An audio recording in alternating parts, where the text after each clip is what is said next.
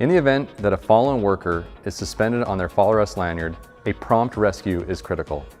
So here are a few ways to use the JAG Rescue Kit to release a fallen worker from their fall arrest lanyard and provide an efficient evacuation.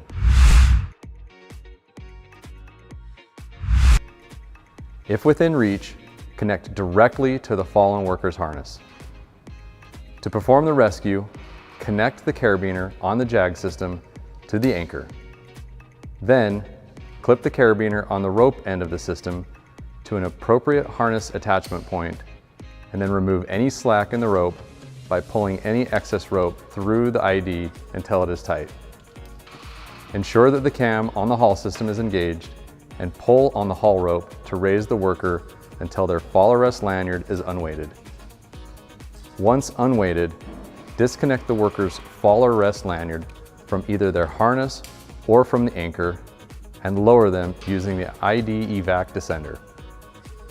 A tag line can be used to help prevent contact with the structure during the descent.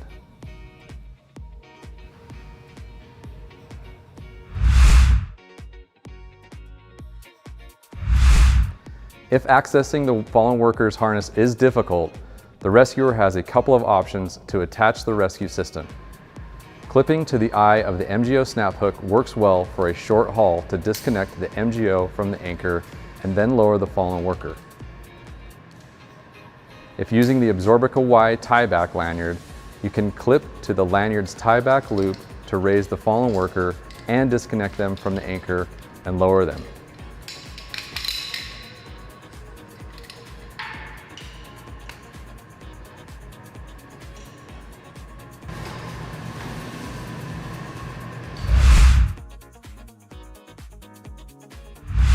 As a final option, the rescue sender rope clamp can be used to connect directly to the rope or webbing lanyard leg.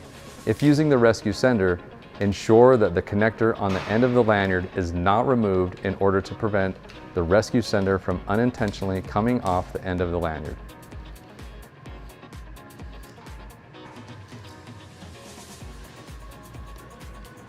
Again, once the fallen worker has been disconnected from the anchor and is loaded onto the rescue system, lower them using the ID evac. Now, these were just a few examples of performing a rescue of a fallen worker suspended on a fall arrest lanyard using the JAG Rescue Kit. But for more information and tech tips, please visit Petzl.com.